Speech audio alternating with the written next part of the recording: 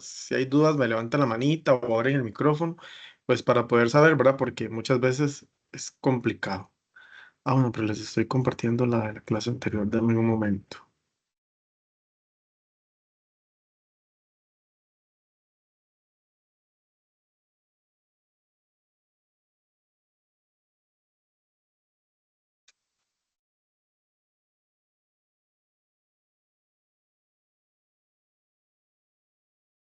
Ok. Para el día de hoy, bueno, ¿verdad? Como estábamos mencionando, tenemos que el contenido por abordar va a ser las mediciones de la materia y todo lo que tiene que ver con instrumentos de medición, con unidades de medida, con cálculos de conversiones, tanto de longitud, masa, volumen, temperatura, entre otros. Entonces, vamos a proceder reconociendo conceptos importantes. Resulta que el primer concepto importante es ¿qué es el Sistema Internacional de Unidades? Que se identifica con la letra SI. Y este sistema es un sistema, valga la redundancia, basado a nivel internacional, ¿verdad? Y muy utilizado de manera anglosajona en materia, ¿verdad? Con equivalencias de importancia. Y estas equivalencias de importancia y esta simbología de importancia va a ser básicamente en todos los países. Entonces, por ejemplo, cuando nosotros hablamos del tiempo, la unidad y el símbolo correspondiente es el segundo. Cuando hablamos de longitud es el metro, ¿verdad? Cuando hablamos de la temperatura es el Kelvin, cuando hablamos de la masa es el kilogramo, cuando hablamos de corriente eléctrica es el ampere, cuando hablamos de la cantidad de sustancia es el mol, ¿verdad? Entonces, cada uno de esta simbología que tenemos acá se utiliza a nivel internacional, ¿verdad? Y realmente pues es así lo que establece el sistema internacional. Dentro de otros conceptos importantes está el concepto de medición. ¿Y qué es una medición? Es un acto donde yo voy a emplear primeramente un instrumento de medición, pues para poder saber un dato exacto. Porque si nosotros lo comparamos, tal vez el material complementario se los mencionó, con una estimación es decir un aproximado, pero no es un dato real, ¿verdad? Porque, por ejemplo, yo les puedo decir a ustedes que yo creo que en enero yo pesaba 97 kilogramos. Y si yo voy y me mido actualmente mi masa, ¿verdad? En una balanza, puede que esté en unos 95, en unos 94, ¿verdad? Entonces, yo puedo hablar de una estimación, que es un dato que no es real, no es medible, pero sí puedo hablar de una medición como tal cuando utilizo un instrumento de medición. Y, ojo acá, una medición siempre va a traer tres elementos importantes, que es la cantidad numérica, la unidad de medida y el nombre de la sustancia. Por ejemplo, 250 miligramos de aspirina. Entonces, en este caso tenemos 250, que es la cifra, miligramos, que va a ser la unidad, y aspirina, que es la sustancia. Lo mismo con un kilogramo de galletas. Entonces, tengo la cifra, tengo la unidad y tengo la sustancia como tal. Y eso lo vemos en todos los productos en su gran mayoría. Cuando compras una galleta o una leche, como la que tenemos en imagen, un cereal, ¿verdad? Que todos vienen con su cifra y con su unidad. Y eso es lo que nos están diciendo, que ese producto se midió y que trae esa cantidad. Como les mencionaba, dentro de las unidades básicas del sistema internacional, vamos a tener a varias, entre ellas la masa, la longitud, el tiempo, la temperatura, la cantidad de sustancia, la corriente eléctrica, la intensidad luminosa. Para cada una de ellas, como ustedes ven en imagen, existe el nombre como tal de la unidad y el símbolo que la representa. Eso es como decir, mi nombre es Luis Diego y esa es mi nombre, ¿verdad? Y mi abreviatura o mi símbolo va a ser mi número de cédula. Eso es lo que a mí me representa a nivel país, ¿verdad? Entonces, lo mismo con ustedes, tienen su nombre y su número de cédula y eso es lo que lo representa a usted. Pasa lo mismo con las unidades básicas del sistema internacional. Cada una va a tener su nombre y cada una va a tener su abreviatura o simbología. Por ejemplo, en el kilogramo sabemos que es kg. En el caso del metro, que lo que se mide es longitud, sabemos que es m. En el caso del segundo, sabemos que es tiempo y que su simbología es una S minúscula. que en el caso de la temperatura es Kelvin y que su abreviatura es una K mayúscula, que la cantidad de sustancia es medida por el mol y que su simbología es escrita de la misma manera, pero con una M en minúscula. La corriente eléctrica es el ampere, se representa con una letra A mayúscula, y la intensidad luminosa, que se representa con la unidad llamada candela, y su abreviatura es CD. Entonces, estas son las principales unidades básicas del sistema internacional. Vamos a encontrar también los prefijos. ¿Qué son prefijos? Bueno, ya vamos a estudiarlos. Resulta que existen dos tipos, los múltiplos y los submúltiplos. Básicamente esto es como teoría, ¿verdad, jóvenes? Para que lo tomen en cuenta.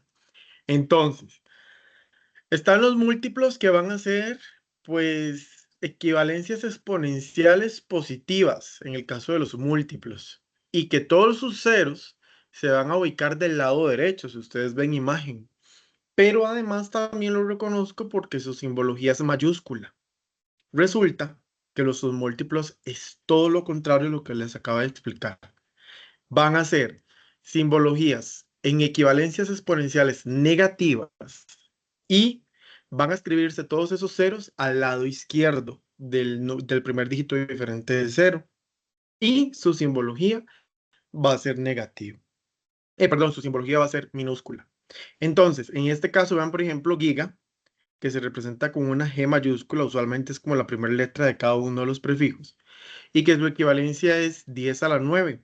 Y entonces se colocan los 9 ceros después del primer número diferente de cero, que es 1. Mega, lo mismo. Primer número diferente de 0, que va a ser 1, y se colocan los 6 ceros del lado derecho porque equivale a 10 a la 6. Entonces, por ahí en el material complementario les mencionan otros, hexa, peta, tera, y ustedes tienen que considerar, si ustedes notan que esto va de 3 en 3. Entonces, 3, 6, 9, 12, 15, 18. Entonces, si aquí está hexa, aquí está peta, y aquí está tera, aquí está giga, mega, kilo. Y después seguimos con los submúltiplos, que van a ser pues negativos, ¿verdad? Y más bien va a ser como el espejo o el reflejo de ese espejo, pero contrario, ¿verdad? Entonces más bien va a ser, llega un punto en que también los múltiplos pasan a ser menos 3, 2 y 1. Y el espejo contrario, que es lo que les explico, sería ir en el caso contrario, menos 1, menos 2, menos 3, menos 6, menos 9, menos 12, menos 15, menos 18. Pero esto no es necesario aprenderse la memoria porque ustedes son las equivalencias que tienen que tener ahí a mano. Una tablita de esto, ¿verdad? Como para que lo tengan por ahí, pues por si en algún momento les piden conversiones. Ahora bien, lo que les mencionaba, existe conversiones con los múltiplos y sus múltiplos. Yo tengo tres unidades fundamentales, el gramo, el segundo y el metro. Si yo me fijo en los prefijos, lo que va a variar es el nombre de cada uno de ellos de acuerdo a esa unidad fundamental que me dan. Por ejemplo, para representar gigagramo, ¿verdad? En el caso de la primera, yo los voy a ir perdón, yo los voy a ir escribiendo acá para que ustedes lo vean. Sería así, gigagramo, una G mayúscula con una minúscula, ¿verdad? De acuerdo a la simbología que tengo de este lado. Ahora, si es gigasegundo, sería G mayúscula con S minúscula. Sería, si es gigámetro, va a ser una G con una M, ¿verdad? Lo mismo va a pasar con el prefijo de mega, megagramo. Listo. Megasegundo. Ajá. Megámetro. Ok. Y aquí, principalmente cuando llegamos a esta, kilogramo, y ahí sale la primera unidad fundamental, y lo segundo, que no existe, pero al combinarlo con los múltiplos y sus múltiplos se pueden formar, y kilómetro, que también es otra unidad fundamental. Y así sucesivamente con cada una de ellas. No sé si tienen dudas hasta el momento.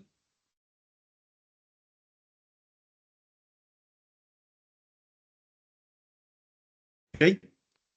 Continúo. En el caso de las conversiones de prefijos, ¿verdad? De múltiplos y sus múltiplos, ustedes tienen que considerar siempre que algo importante es, primero, La unidad que a mí me den para convertir tiene que cancelarse en la parte de abajo del dígito que está antes de la fracción. Entonces, este dígito que yo voy a tener antes de la fracción debe cancelarse con la letra o la simbología que yo voy a tener en la parte de abajo.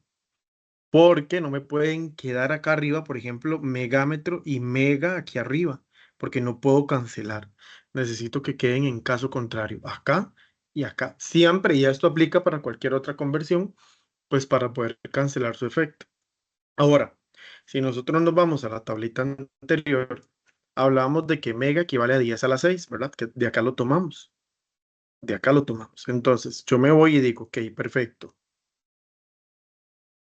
Voy a sustituir el valor de mega. Entonces, para poder, como les mencionaba, primero cancelo. Entonces, un mega, porque lo primero que me dicen acá, equivale a 10 a la 6. Listo. ¿Por quién voy a multiplicar ahora? Vean acá. Tengo que pasarlo a kilómetros. ¿A cuánto equivaba, perdón, a cuánto equivalía kilo? Entonces voy y busco en la tablita cuánto equivale kilo. Dice que 10 a la 3. Entonces me voy y sustituyo. Para poder cancelar un kilo, ¿verdad? En este caso voy a colocar la equivalencia de kilo abajo y arriba el, la simbología de kilo. Ahora, ¿por qué? Porque aquí se cancela mega, ¿verdad? Y arriba yo voy a quedar con kilo para que entonces este numerito de acá se pueda multiplicar. 0.70 por 10 a la 6 entre 10 a la 3 me va a dar el valor de convertir 0.70 megámetros a kilómetros. O bien, en su efecto, multiplicar 0.70 por 10 a la 3 directo. ¿Por qué, profe? Porque si el valor de kilo vale 3, yo lo puedo hacer directamente 0.70 por 10 a la 3, que es lo mismo que decir 0.70 por 1000, y que cuando yo hago esto en la calculadora me va a dar 700 kilómetros, ¿verdad? Entonces tienen esas dos maneras de hacerlo, pues de paso directo o ir cancelando los factores de conversión como tal. Como les mencionaba, para toda conversión debe existir una equivalencia. ¿Qué es una equivalencia, profe? Es una expresión que compara dos valores y sus unidades en una igualdad y pueden ser usados como factores de conversión, es decir, los voy a necesitar. Por ejemplo, para los factores de longitud yo tengo que un kilómetro es igual a 1000 metros o 1 por 10 a la 3, que es lo mismo que les venía explicando con el asunto de los prefijos, ¿verdad? ¿A cuánto equivale kilo? A 10 a la 3. Entonces es lo mismo que decir 10 a la 3 o 1 por 10 a la 3. De ahí sale ese 1 que también pues se veía en la cifra, ¿verdad? Completa. Después, un decímetro equivale a 0,1 metros, que es lo mismo que 1 por 10 a la menos 1. Un centímetro equivale a 0,01 metros, que es lo mismo que 1 por 10 a la menos 2. Un milímetro equivale a 0,001 metros, y que es lo mismo que 1 por 10 a la menos 3, ¿verdad? Que era lo que les mencionaba. Por eso es que utilizamos a los prefijos del sistema internacional para representar esto y no escribir. Por ejemplo, en el caso del micrómetro, 0,000001. No, 1 por 10 a la menos 6, más fácil. ¿Por qué 1 por 10 a la menos 6? Porque ¿cuántos ceros tengo antes del 1? 1, 2, 3, 4, 6. Ok, perfecto. 1 por 10 a la menos 6. Pero que esto en realidad también lo va a la calculadora, porque recuerden, muchachos, para que lo tomen en cuenta y más adelante les voy a decir cómo. Y esto se llama notación científica también, para que lo tomen en cuenta, que más adelante pues el tema también lo menciona. Otras equivalencias que nosotros tenemos son las equivalencias del tiempo. Por ejemplo, un año tiene 365 días, un día tiene 24 horas, una hora tiene 60 minutos, un minuto tiene 60 segundos y una hora tiene 60 minutos. ¿Verdad? Pero además una hora también tiene 3600 segundos. Estas son como de lógica, pero muchas veces se nos van. Entonces es importante tenerlas ahí a mano para que no las pasen por alto. Ahora bien, ¿qué es conversión de unidades con equivalencias? ¿Ok? Muy bien. Ya sabemos que existen equivalencias para el tiempo, la masa, la longitud, ¿verdad? Que el material se las menciona. Entonces, en este caso, Dice que para una conversión requerimos utilizar siempre un factor de conversión y depende de lo que me estén preguntando. En el caso del primer ejemplo dice pasar 6.25 horas a minutos. ¿Qué van a hacer ustedes, jóvenes? Revisar que existan horas y minutos en el factor de conversión que usted requiere. Yo me devuelvo. ¿Me sirve un año y 365 días? No. ¿Me sirve un día y 24 horas? No. ¿Me sirve una hora y 60 minutos? Sí. Porque es que sí me sirve una hora y 60 minutos.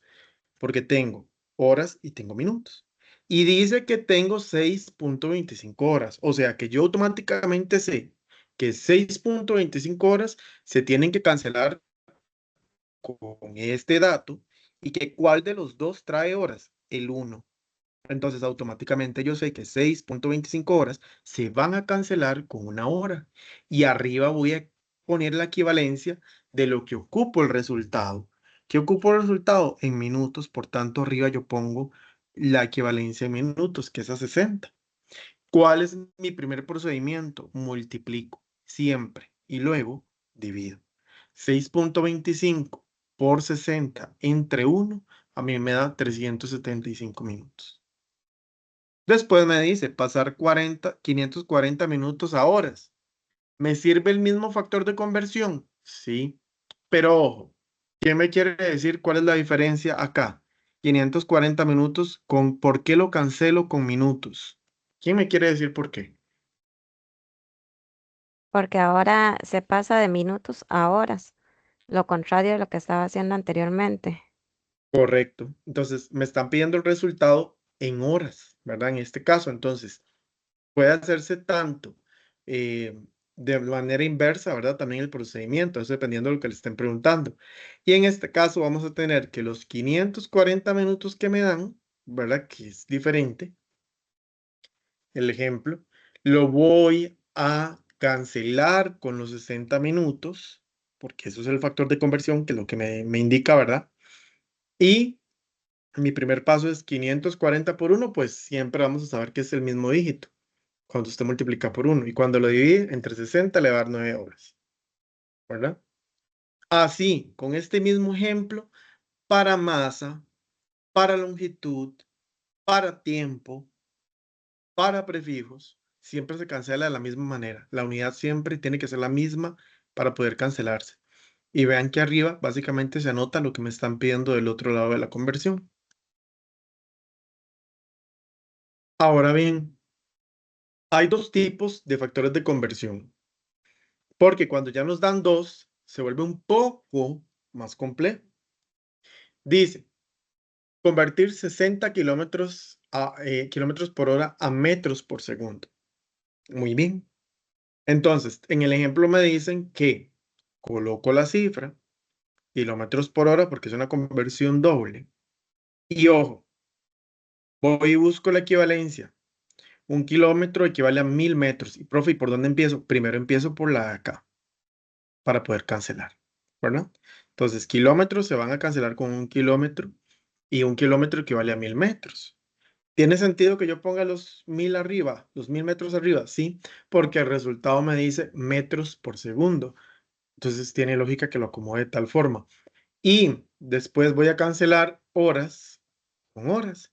En este caso, 60 horas, tomando el dato, ¿verdad? Como tal, se van a cancelar, ¿verdad? Con una hora y vea que está abajo, entonces voy a hacerlo de manera opuesta. Voy a colocar la equivalencia de una hora arriba. ¿Y a cuánto equivale una hora? En segundos, porque recordemos, metros por segundo, a 3600. Ojo, empiezo a cancelar unidades, kilómetros con kilómetros, horas con horas. Y me queda 60 por 1000, 60.000 entre 3600, 16.67 metros por segundo. No sé si hay dudas de lo anterior o nos vamos a enfocar en este, si queda alguna duda. Todo claro, profe.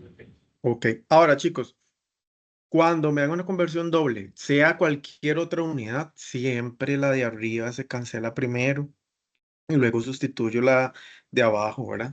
Ahora, consejo, si la que me voy a cancelar siempre primero se cancela con la de abajo, lógicamente la que está aquí de último se va a cancelar con lo de arriba, para que Nunca olviden ese orden y es un tip, porque muchas veces acomodamos de mala manera el factor de conversión en la operación, ¿verdad? Como tal. Entonces, para que lo tomen en cuenta. ¿Ok?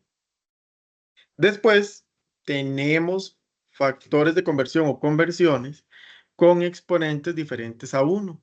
¿Qué es lo que dice este tipo de conversiones? Que lo único que vamos a hacer en el procedimiento es elevar a la potencia de interés de ambos niveles de la relación fraccionaria. Y entonces dice que al pasar 12 metros cuadrados a centímetros cuadrados como equivalencia a un vale 100 centímetros, lo que yo voy a hacer básicamente es elevar dos veces a la potencia el valor de la equivalencia que me dan. Entonces, si aquí dice 2 metros cuadrados, es decir, el dato en este caso de metros, dos veces elevado al cuadrado, sería un metro equivale a 100 centímetros, porque me están diciendo que lo convierta a centímetros. Y entonces sería 12 por 100 al cuadrado entre 1, me va a dar igual a 120.000 centímetros cuadrados. Ahora, se debe elevar el factor de conversión al exponente de la unidad conocida. Por lo tanto, por leyes de potencia, afecta tanto al numerador como al denominador, ¿verdad? Para que lo tomemos en cuenta. Esto realmente nada más es al cuadrado. Y todo lo que está al cuadrado es multiplicarlo dos veces. Entonces realmente tampoco no tiene mucha ciencia, ¿verdad? Ok. Acá yo les doy un ejercicio utilizando, por ejemplo, un factor de conversión de masa, que usualmente no nos dan, pero el material usted lo revisa y pues ahí viene, o muchas veces los tiene que investigar.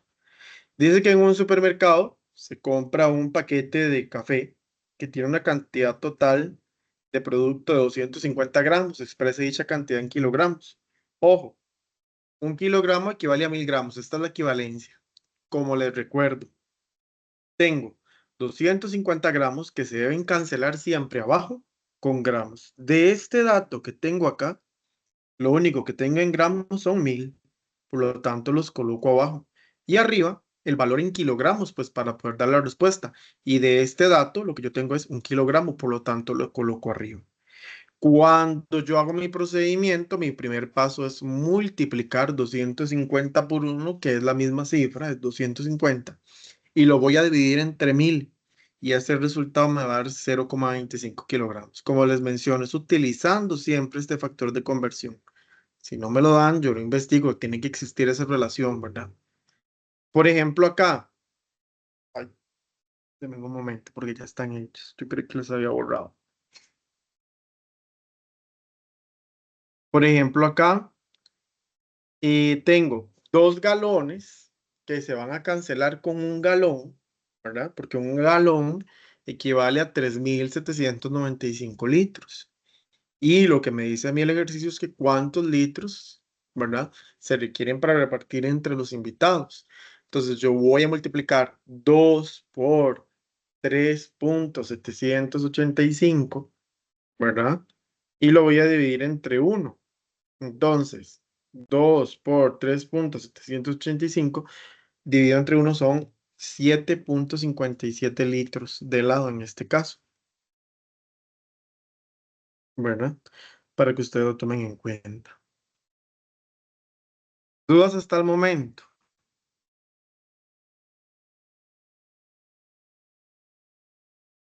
Vean ese, a ver, ¿qué tal? Dice, usualmente un viaje a la playa en automóvil dura aproximadamente 7200 segundos. Exprese dicha cantidad en minutos. Recuerde que un minuto equivale a 60 segundos.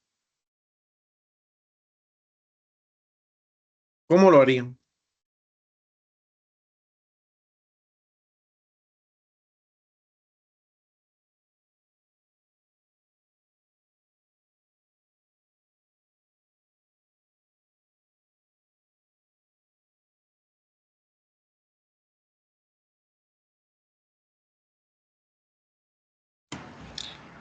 Se pondría, digamos, como el 7200 según, Ujú. y luego la fracción, y en el lado de abajo se pondrían los 60 segundos y arriba la equivalencia de un minuto para poderlo cancelar. Ok, perfecto. ¿Y por qué la equivalencia de un minuto? Cuénteme. porque 1 minuto es igual a 60 segundos. Y es la única que podría utilizar, ¿verdad? Porque me lo están pidiendo en minutos. Ajá. Ahora, ¿qué hubiera pasado si yo le digo a usted en vez de minutos? Vamos a hablar de que esto de viaje, ¿verdad? Aproximadamente dura 3 horas y que me exprese eso en segundos en vez de minutos. ¿Cuál factor de conversión utilizaría usted? Entonces, sería este que yo le voy a dar.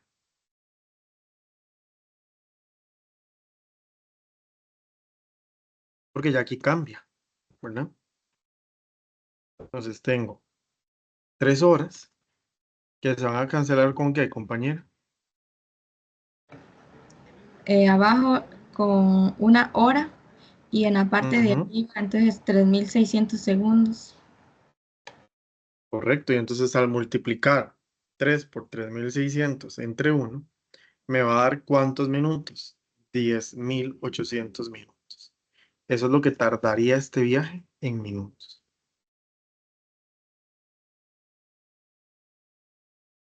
No, perdón, en segundos. ¿Cierto? Porque es lo que nos están pidiendo. Entonces, para que lo tomemos en cuenta. Este es el procedimiento a seguir. Muy bien, muchas gracias.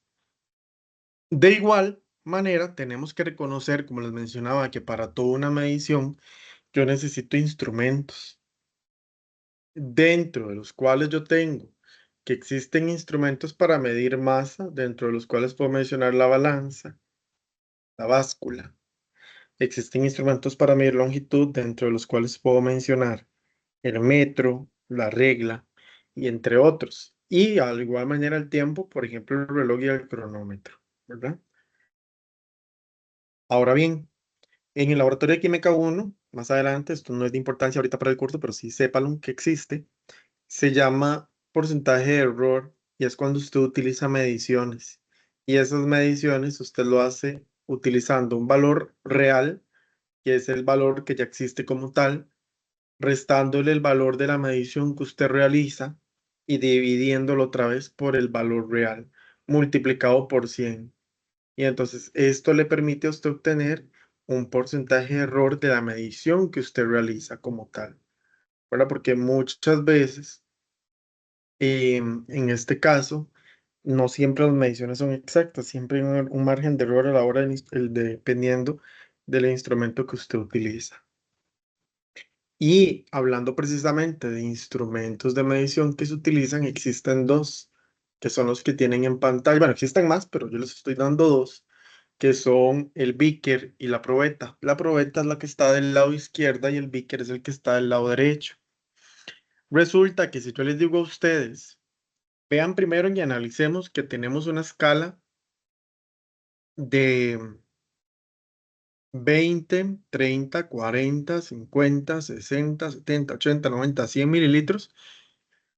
En el caso del beaker, ¿verdad? Y en el caso de la probeta, pues tengo una escala 50, 100, 150, 200, de 50 a 50, pero la escala de la probeta es más cerrada. Entonces yo puedo medir de manera más precisa cierta cantidad y dependiendo de la cantidad. Porque, por ejemplo, si yo les digo a ustedes, mídame 30 mililitros de cloruro de sodio, ¿cuál de los dos es más exacto utilizar? ¿El de la izquierda o el de la derecha? La probeta, profe. La probeta, ¿ok? Ahora, si yo les digo a ustedes, midamos una escala de un instrumento para medir 250, bueno, no, 250 no, perdón, para medir 85 mililitros. Entonces, vean que sigue siendo la probeta, como mencionaba la compañera, porque es un dato más exacto. Sin embargo, puedo contar, ¿verdad? De este lado de la probeta, las líneas que van a representar pues esa precisión. Sin embargo, dependiendo de la medición que usted le soliciten, muchas veces suele ser lo contrario. Porque, por ejemplo, la compañera me decía, bueno, para medir 30 yo usaría la probeta, pero vea que la probeta está definida a partir de 50. Entonces es muy tedioso tener que estar contando líneas para llegar a medir 30 mililitros, pudiéndolos medir en el beaker, porque nada más hago, tengo 20 aquí y aquí sería 30, entonces hasta aquí llegaría el líquido. Pero si me voy a utilizar esta probeta en específico, ¿verdad? Y empiezo 10, 15, 20, 25, 30, hasta llegar, es un poco más complejo. Por eso depende muchas veces de la sustancia que se vaya a medir, ¿verdad? Por eso les decía. Ahora, 55 mililitros, ¿dónde lo puedo medir más fácil? En la probeta, como mencionaba la compañera. Porque aquí tengo una escala más cerrada de 10 en 10. Y aquí sí es cierto, jóvenes, que yo no puedo jugar con esa escala, con esa precisión que tiene este instrumento. Porque todavía aquí puedo contar las líneas. 1, 2, 3, 4, 5. Se van a acordar de mí más adelante en el laboratorio de química 1. Pero aquí sí yo no puedo hacer eso. Aquí es lo que es, ¿verdad? Pero en sí, el que presenta mayor precisión siempre va a ser la probeta como tal. Dígame, Adriana. Profe, es que me siento un poquito confundida. La probeta, ese es Ujú. el tubito más fino. Exacto. Y yo veo que arriba dice 5 milímetros. Arriba dice. Ah, pero ese es el porcentaje, el margen de error del instrumento. Ah, bueno, Sí, ok. lo que está diciendo es que mide 500 mililitros y que hay un margen o un porcentaje de error de 5 mililitros. Una incertidumbre en el instrumento como tal. Ah, ya, ya. Sí, es siempre un instrumento. Más adelante lo van a ver en química, en laboratorio de química 1, que existe una incertidumbre para cada instrumento. Eso le iba Entonces, a consultar, profe, que los instrumentos siempre tienen una incertidumbre, o sea, un margen que hay que tomar en de cuenta. error. Sí. Ujú. Entonces, por ejemplo, cuando vos haces una medición de la regla tiene, hace la sumatoria, por ejemplo, 5 centímetros más y utilizas el margen de error, ¿verdad? El margen de error, el valor de la incertidumbre, perdón. Y al final, esa incertidumbre lo que nos está diciendo es eso, que existe un porcentaje, perdón, una cifra ahí que va a medir error, ¿verdad? Como tal, que no es exacto el dato que siempre vamos a medir, porque realmente no es así, muchachos, o sea, usted nunca mide un dato exacto como tal, por más que usted quiera hacerlo, ¿verdad? De hecho, hay gente, bueno, yo lo veo mucho en secundario, que usted le dicen, empieza a medir con una regla, y ellos empiezan a medir de uno. Y usted me dirá, de sí, no, es de cero, ¿verdad? Y la gente, ¿cómo de cero? Sí, pero usualmente, ¿verdad? Son errores, por eso les digo, la medición muchas veces no es la exacta como tal. Y es percepción también. Pero bueno, esto le queda a ustedes para el laboratorio de química 1. Más adelante ustedes lo llevan y conocen un poquito del asunto. Esto era como para hablar de precisión, porque también tenemos otros contextos de precisión como este, por ejemplo. Hay tres casos. Si usted está tirando, tiro al blanco, ¿verdad? Y aquí le dan tres casos donde usted tiene que decir, bueno, ¿y aquí qué? ¿Cuál de estos tres me acerqué más? ¿Fue más exacto? ¿Cuál dirían ustedes?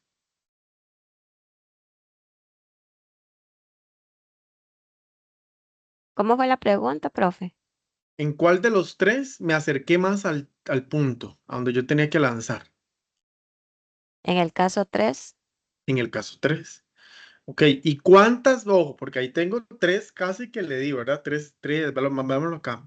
Veámoslo acá. Tengo tres tiros que le di básicamente en el punto exacto, pero también tengo uno, dos, tres, cuatro, cinco tiros que le di alrededor del punto exacto. Por lo tanto, tiene exactitud y tiene mucha precisión, porque anduve muy cerca. Si yo me voy al caso 2, ¿tengo exactitud? No. no. ¿Y tengo mucha precisión? No, ahí me temblaba el pulso, ¿verdad? Porque todo estaba lejos del punto principal. Si me voy al caso 1, ¿tengo exactitud? No. ¿Tengo precisión? Pues sí, porque sí estuve un poco más cerca del punto, ¿verdad? Si ustedes notan acá, hay tres tiros que estuvieron acercándose al punto. Sin embargo, de ahí no hay exactitud y hay poca precisión, ¿verdad? Entonces ven que también se habla de acuerdo al contexto como tal, para que ustedes lo tomen en cuenta. Muy bien, después otro de los contenidos que nos habla el material es sobre cifras significativas. Y consejo, estas reglas son como para tenerlas por ahí. Dice que una cifra significativa es un valor medido y que es igual al número de dígitos que son ciertos, más un dígito adicional, redondeado. Y también existen números inciertos, que serían cifras no significativas.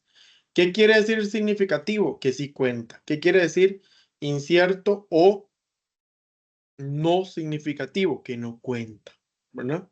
Y para esto hay reglas básicas, como por ejemplo la primera. Todos los números diferentes de 0 son significativos. Es decir, el 1, el 2, el 3, el 4, etc. Todos son significativos. 2. Todos los ceros a la izquierda de un primer dígito diferente de 0, llámese 1, 2, 3, diferente de 0, son no significativos, ¿verdad? Es decir, que si yo tengo 0, 2, 3, o sea, 0,23, ese 0 no me cuenta, ¿verdad? Porque está del lado izquierdo, ¿verdad? Y no me puede contar, porque es lo que dice la regla. Entonces, ¿cuántas cifras voy a tener? 2. ¿Cuántas cifras significativas o en este caso dato cierto, hito cierto? 2. Inciertos, 1. O no significativos, 1. El 0 que está delante de ese 0,23. 3. Los ceros situados entre dos números diferentes de 0 son significativos. ¿En qué año estamos? 2025. ¿Cuántas cifras significativas tendría el año 2025? 4. 4. ¿Cuenta, profe? Sí, porque resulta que tengo ese 0 en medio de dos números diferentes de 0. Ahí sí cuenta, ¿verdad? Después dice, 4. Todos los ceros a la derecha que tengan un punto decimal sí cuentan. Si no hay punto decimal, no cuentan. Y todos los ceros a la derecha sin punto decimal son no significativos. ¿De qué es lo que estamos hablando, verdad? Básicamente. Y básicamente, entonces, para que puedan contar después de la coma, esos ceros, tiene que existir ese coma, ese punto decimal. Si no existe, no cuentan, son inciertos. Por ejemplo, acá dice, indique la cantidad de cifras significativas de la siguiente cantidad. Esta de acá. Centrémonos. ¿Cuenta este cero que está en rojo? No, porque no hay punto decimal, por lo tanto yo solo tengo 1, 2, 3, 4, 5 cifras o dígitos ciertos y un dígito incierto que es el 0. ¿Y cuáles son los que me piden a mí siempre? Las significativas, es decir, las que yo cuento. 1, 2, 3, 4, 5. Listo. Nos vamos a esta cantidad, 28.15. ¿Cuántos dígitos ciertos tengo? 4, por lo tanto, no hay inciertos y tengo 4 cifras significativas. 7,1316. ¿Cuántos dígitos ciertos tengo? 5. Por lo tanto, no tengo inciertos y las cifras significativas son 5. En el caso de 6,512, ¿cuántos dígitos ciertos tengo? 4. ¿Ok? Y inciertos no tengo. ¿Y cuántas cifras significativas tendría? 4. ¿Qué pasa si yo hago esto?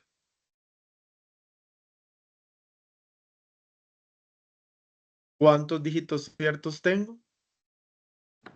5. Correcto. Ese 0 sí cuenta y vea que no tengo punto decimal.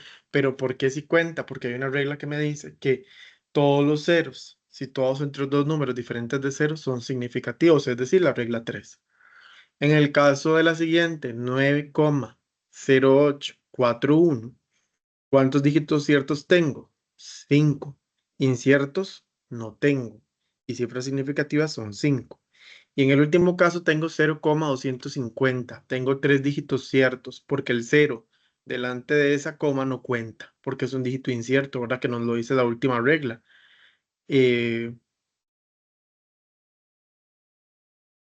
No, perdón. La segunda regla. Todos los ceros a la izquierda de un primer dígito diferente de 0 son los significativos. Pero como hay punto decimal, yo también lo puedo considerar con la regla 4. Pero cuando nos hablan de derecha, pero si usted interpreta el caso contrario, pues obviamente nada más sepa que lo que está antes de esa coma no cuenta, ¿verdad? Por lo tanto es un incierto. Y cifras significativas solamente tengo 3. Dentro de otro de los contenidos que nos habla la materia es el redondeo. Que vean que esto es muy básico y muchas veces nos confundimos. Dicen que existen 2 reglas. La primera es que si el dígito que se desea eliminar es menor a 5, se elimina con los números que le sigan a la derecha y el dato queda igual. Por ejemplo, 12,254 se elimina el 4 y todo a su derecha al ser menor que 5. Por lo tanto, queda 12,25, eliminándose 4. Si el dígito que se desea eliminar es mayor o igual a 5, se elimina con los números que le sigan a la derecha y al último número que queda se le debe sumar una unidad. Por ejemplo, 12,3, ¿verdad? Aquí era 12,5, pero yo lo dijiste mal, lo voy a hacer. 12,5. 12,5. Se le suma una unidad, ¿cuánto me queda?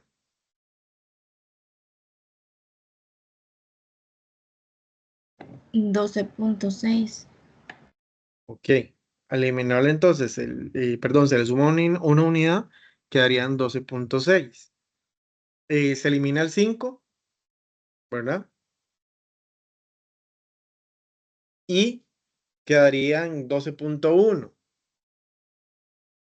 ¿O no? A ver, ¿qué pasó? Cuéntame, ¿qué estoy haciendo? A ver si le lleno. Eso sería como más o menos redondear una cifra que al ser 5 llega primero, digamos, se redondea hacia arriba, sería 10. Ajá. Solo que sumándole una unidad. Sería 6, profe. Ajá. Pero entonces, ¿por qué a mí me está dando 1, 12,1?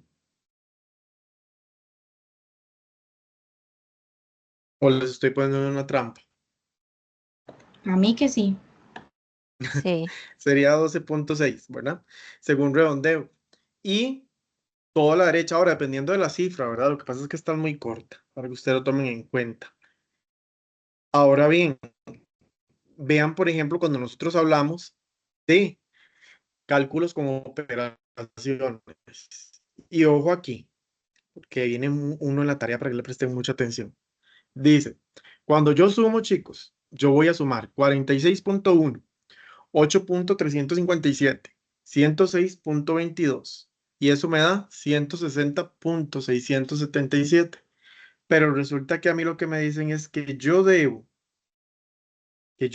considerar únicamente para dar el resultado el menor número de cifras significativas. En este caso, la primera cifra de estas 3, la única que tiene menor número de cifras significativas es la primera, solo tiene un decimal. Es lo que me están diciendo, la que tenga menor decimal es el resultado que usted lo va a expresar. Entonces tengan cuidado con eso. Por eso, cuando yo sumo, ojo aquí, y aplico la ley del redondeo de 160,6 más una unidad me suman 7. Y entonces puedo redondear 160,7 y lo expreso con este resultado porque es el menor número de significativos que yo tengo que anotar. Vamos a la segunda, que dice, para multiplicaciones o divisiones, el resultado debe contener el mismo número de cifras significativas que estaban en la medición del número con menos cifras significativas. Es decir, 80,22 por 3,407 por 0,076 me da 2,07666346. Respuesta en calculadora. Pero, ¿quién tiene menor cifra significativa de las tres cifras? 80,2 tiene una. 3,407 tiene 3. Y 0,0076 tiene una, 2, 3, 4 cifras significativas. Y me dice que siempre es el menor. Por lo tanto, sería 80,2. Y cuando yo hago esta multiplicación y ese resultado medio, yo voy a expresar esto con una sola cifra significativa. ¿Ven? Ahora bien, notación científica. Aquí no se compliquen mucho. Existe una tecla en la calculadora que se llama bueno, no se llama, sería Chief Mode 73. Ahora, si es una calculadora pues actual, ¿verdad? Un poquito más avanzada, ella misma le permite a usted hacer el cálculo o la conversión de la exponencia, de la notación exponencial, dependiendo de la tecla, pero eso ustedes lo pueden averiguar. Entonces, aquí básicamente lo que usted tiene que saber es que un número de notación científica lo que representa es básicamente la cifra de manera exponencial, o sea, para no representar todos esos números, lo que se hace es que se tiene n por 10 a la p, donde n es el número, ¿verdad? Con una cantidad de cifras significativas, por decirles 2,7, y p, una cantidad exponencial que se va a representar.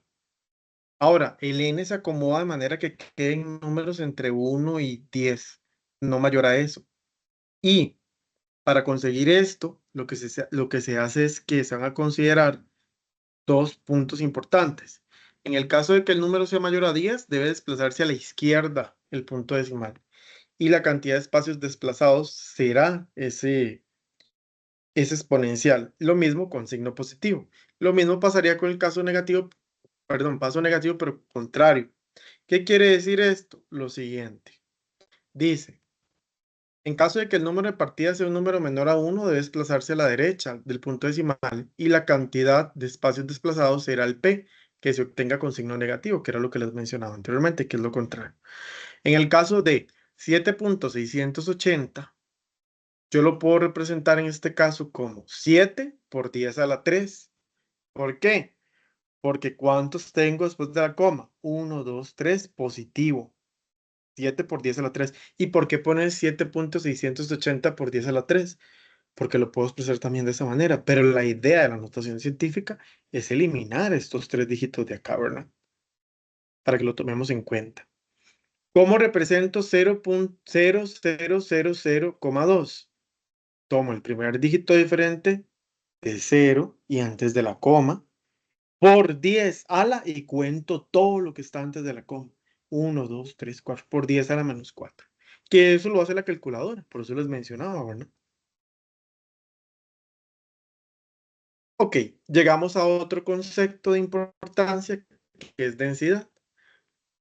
Cuéntenme, dudas hasta el momento.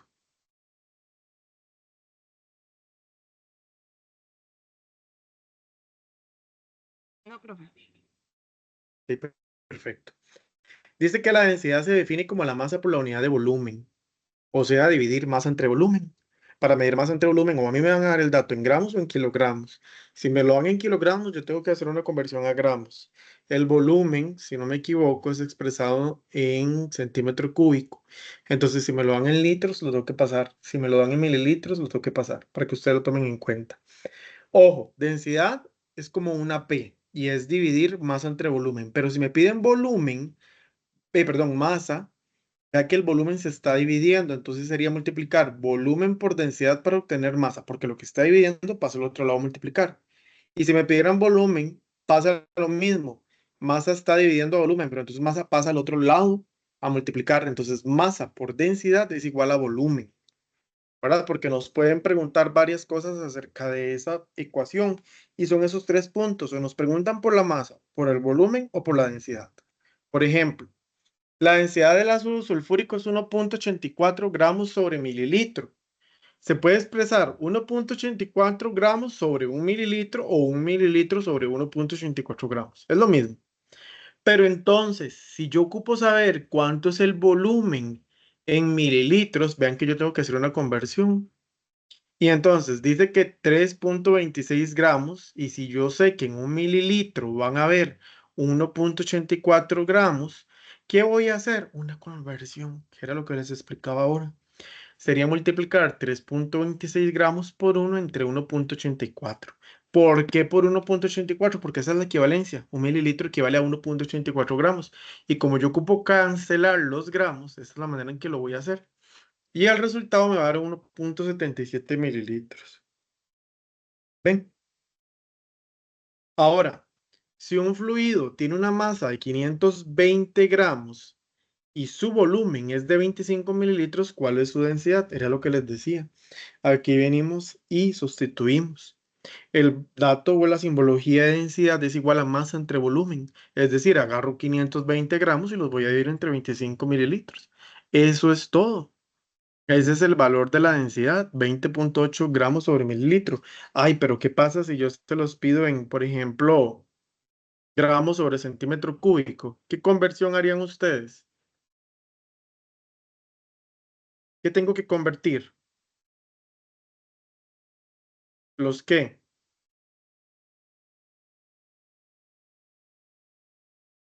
Si ojo que me lo están diciendo, de 20.8 gramos sobre mililitro lo convierto a gramos sobre centímetro cúbico. ¿A quién voy a convertir? ¿A los gramos o a los mililitros? A los gramos. No, porque le están diciendo 20.8 gramos sobre mililitro. Cúbicos. Conviértalo a 20.8 gramos sobre centímetro cúbico. A quien yo voy a convertir es mililitros a centímetros cúbicos para poder saber el dato, ¿verdad? Si fuese el caso del ejercicio, pero no es, pero es para que ustedes lo tomen en cuenta. Después tenemos el concepto de temperatura, que se mide en 3 escalas básicamente: grados Celsius, Fahrenheit y Kelvin. Y existen 4 fórmulas para poder averiguarlo. Vean, chicos, la forma de interpretar esto es muy sencillo. Es, si me piden Fahrenheit, esta es la fórmula. ¿Y qué hago yo? Sustituir aquí los datos de los grados Celsius. Si me piden Kelvin, utilizo la fórmula que va a empezar con K es igual a, sustituyo los datos de los grados Celsius. Para todo el ejemplo son 12, entonces para que lo tomen en cuenta. Y si me piden grados Celsius y me dan Fahrenheit, sustituyo los datos Fahrenheit, los grados Fahrenheit en fórmula y obtengo el resultado. Y si me piden grados Celsius y me dan Kelvin, yo sustituyo, entonces grados Celsius es igual a 12 Kelvin menos 273. ¿Qué quiere decir? Que estas son las principales fórmulas y que a estas fórmulas usted le va a quitar el 12 para darse cuenta que lo que tiene que sustituir ahí es el grado Celsius o el Kelvin, perdón, el grado Celsius o el Fahrenheit o el Kelvin, ¿verdad? Dependiendo del ejemplo. Entonces, me dan 2 ejercicios. Daniela lee el termómetro de 644 grados Celsius. Exprese dicha cantidad en grados Fahrenheit. ¿Cuál fórmula utilizarían ustedes ahí? ¿Las de la derecha o las de la izquierda? Las de la izquierda, Ajá, ¿y cuál de esas dos? ¿La primera o la segunda? la primera porque está en Celsius y me lo están pidiendo en Fahrenheit. Correcto, entonces si me dicen Fahrenheit, yo sustituyo, entonces sería 1.8 por 644 más 32. Entonces cuando yo voy a hacer esto en calculadora, vamos a ver cuánto nos da. Y una vez hagámoslo acá, sería 1.8 por 644 más 32. Dice que me da, ahí voy porque no se me va. 1.8 por 644 más 32, dice que eso me da 1,191.2, pero lo puedo dejar en 1,19, ¿verdad? Y si redondeo, porque es mayor a 5, me quedaría en 1.20, 2. ¿verdad?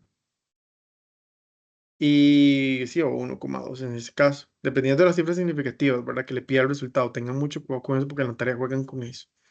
En el segundo dice, en el Sol la temperatura alcanza 16 millones Kelvin, exprese dicha cantidad en grados Celsius. ¿Cuál utilizarían? Tengo 2 fórmulas para grados Celsius, pero no en las 2 me dan Kelvin. ¿Cuál usarían? La segunda del lado derecho. Correcto. Entonces sería 16 millones Kelvin menos 273.15 y dice que eso me va a quedar 15,999, ¿verdad? O, si redondeo, 15,100, ¿verdad? De grados Celsius. Y los otros eran grados Fahrenheit. Aquí yo les dejo unos ejercicios de repaso, donde dice que el consumidor compra los siguientes productos, convierta galón a litros, libras a libras de harina a kilogramos, litros a mililitros, y aquí les doy las equivalencias que necesitan. Aquí también les doy otro ejercicio muy similar a lo que les mencionaba del despeje.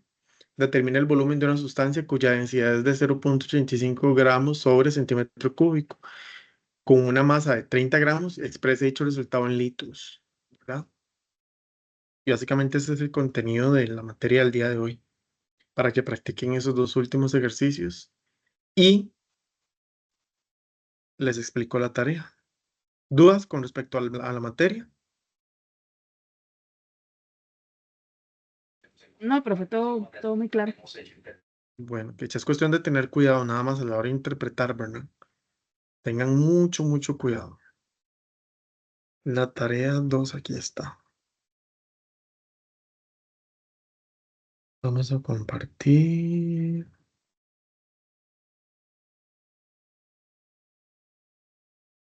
Ok.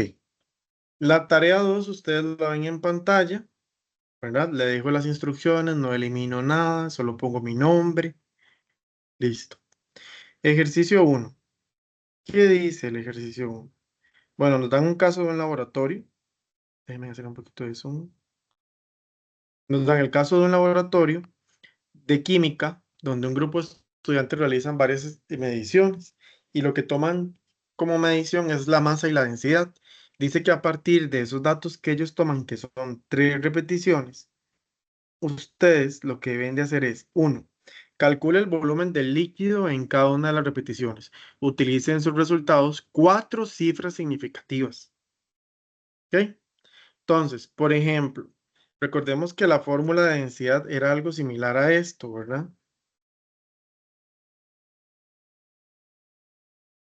Entonces, si a mí me piden calcular el volumen, esto que está dividiendo pasa al otro lado, esto, perdón, que está dividiendo pasa al otro lado a multiplicarse, ¿verdad? Porque lo que me piden averiguar es volumen. Entonces, lógicamente, si yo tengo para la repetición 1 la masa 1 y la densidad 1, yo voy a multiplicar eso y me va a dar el resultado del volumen 1. Entonces, pues lo mismo para la segunda y lo mismo para la tercera.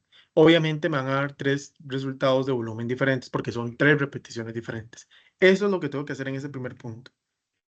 En el segundo punto dice, discuta la precisión de las mediciones analizando la consistencia en los valores obtenidos. ¿Cuál de esos 3 datos es más preciso? ¿Cuándo me daba cuenta yo que era más preciso? Por ejemplo, vamos a mentir, que le dio 3.1 litros.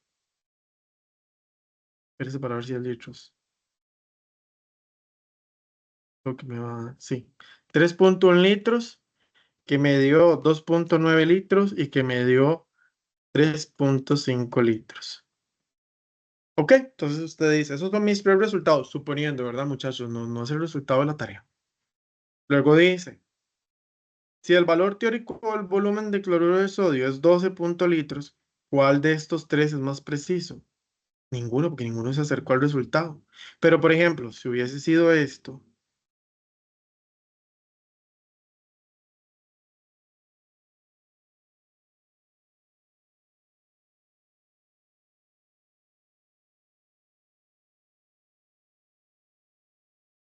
¿cuál de los 3 es más preciso?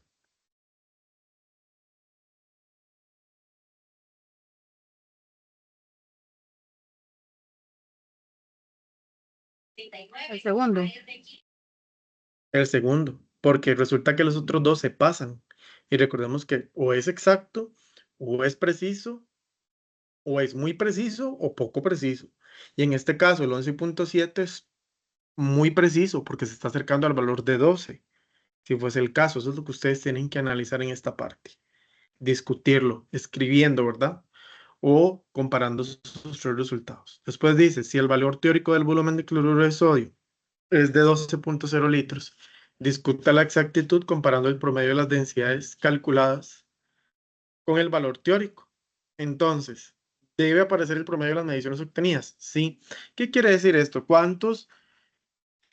A ver, el resultado que yo hice de los 3 volúmenes que me dieron los voy a dividir entre 3 porque son 3 procedimientos los que estoy haciendo.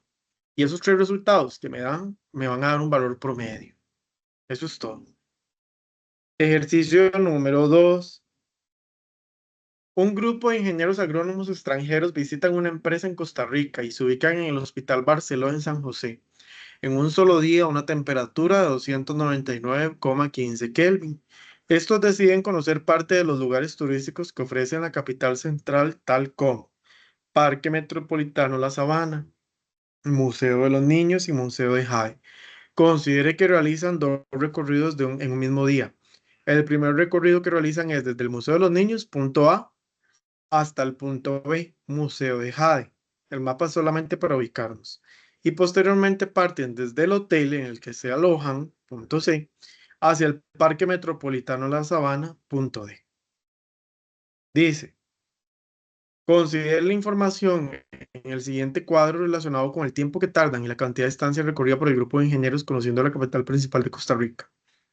Del punto A al punto B señalado en el mapa, dice que en el transporte público duran 25 minutos y que caminando duran 60, pero no importa cualquiera de las dos maneras en las que se transporten porque la distancia que recorren es 7,4 kilómetros. Y que del punto C al punto D, que era el Hotel Barceló y el Parque Metropolitano de La Sabana, el tiempo en duración en transporte público es 10 minutos, pero que caminando duran 40. Y que la distancia recorrida al final de cuentas es la misma, ¿verdad? Entonces dice que yo tengo que hacer tres conversiones. La primera es de minutos a segundos, de 40 minutos a segundos, muy sencilla, ya lo vimos en tutoría. Si 14,7 kilómetros a millas, ¿a cuánto equivale una milla en kilómetros? Para poder hacer esto, tengo que averiguarlo. Y la conversión de 299,15 Kelvin a grados Celsius. Ahora bien, dice que considere que el viajar en transporte público, la velocidad del primer trayecto corresponde a 45 metros por segundo y en el segundo trayecto la velocidad es de 60 kilómetros por hora. ¿A cuánto equivale la velocidad en ambos trayectos en kilómetros por hora? No hagan el segundo, una pista. Ya me están dando el resultado. ¿Qué voy a hacer? Solo el procedimiento para ver por qué es que me da 60 kilómetros por hora, ¿verdad? Y en el caso de la primera, si hago la conversión. Porque vean que dice los dos resultados en kilómetros por hora. Le dice 60 en el segundo. Pero ¿cómo me dio 60? ¿Qué harían ustedes para saber cómo le dio 60? Hacemos la conversión ¿qué? Inversa a metros por segundo para saber ese dato de cuánto era 60. Pero realmente con que usted se lo ponga a 60, ya lo va a tener bueno porque el resultado ya se lo dan. Ejercicio 3. Para cada una de las siguientes situaciones, complete el siguiente cuadro indicando los aspectos solicitados. En la primera columna, de acuerdo a cada situación, usted tiene que escribir el instrumento de medición, la unidad de medida, que fue lo que primero estudiamos en la tutoría, el redondeo, que ya usted sabe cómo hacerlo, y la notación científica, que usted ya sabe cómo realizarlo en calculadora o de manera detallada. Y el ejercicio 4, cuidado aquí, porque es con el asunto de las cifras significativas. Es una sumatoria. Entonces, ojo, voy a poner esto en este color para que lo recuerden. ¿Quién me dice a mí con cuántas cifras significativas voy a tener que yo dar el resultado de esa suma? Con tres cifras significativas. Con 3. ¿Por qué? Porque es el que menos, la menor. Ajá, y vea los resultados, la sumatoria. 12,4, 13,07 y 25,365. ¿Cuál de esos tres tiene menos? 12,4, pero Correcto, tiene una sola cifra, ¿cierto? sí, cierto. Y entonces yo voy a expresar ese resultado solo con una. ¿Cuándo se les va? Ajá, sí, sí. ¿Verdad? Ahora dice, una vez sumadas todas las masas en gramos, el químico necesita preparar 4,50 veces esta cantidad. Es decir, chicos, la sumatoria que yo hice aquí lo voy a multiplicar por ¿quién? Por 4,50 veces. O sea, la sumatoria por 4,50. Ahora, ¿cuántas cifras significativas lleva ese resultado?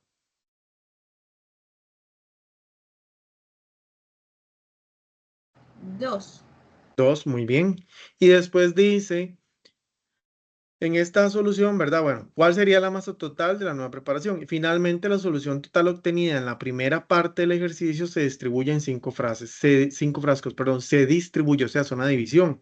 Que la sumatoria que yo hice aquí lo tengo que dividir entre 5. ¿Y con cuántas cifras significativas yo expreso ese resultado?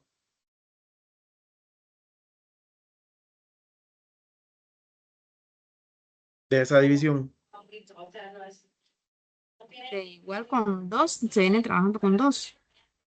No, porque recuerde que vea la división, lo voy a dividir entre 5.0. ¿Cuántas cifras significativas tiene el 5.0? Una. Una, y entonces mi resultado yo lo voy a dar con una cifra significativa.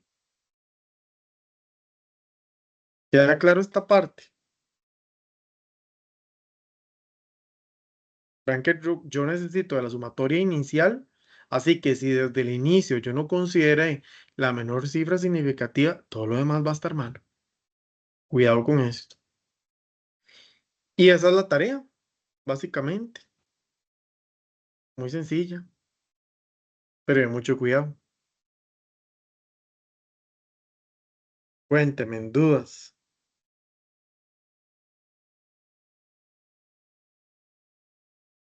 No. Bueno, chicos, pues esa fue la tutoría de la clase del día de hoy. Espero que les haya sido de mucho provecho. En el transcurso de la semana se les envía la calificación de la tarea 1. En algún momento les empieza a aparecer. La forma en que les va a aparecer esa calificación es lo que tienen malo, les sale subrayado y les aparece el solucionario adjunto para que pueda usted revisar la respuesta que le da el solucionario con el error que yo le señalo. Y viene la nota. Básicamente es eso, chicos. Entonces, que tengan una linda noche y pues que terminen una semana de éxito. Que les vaya muy bien. Muchas gracias, profe. Buenas noches. Buenas noches. Buenas noches, muchas Buenas gracias. noches. Con gusto. Buenas noches. Buenas noches.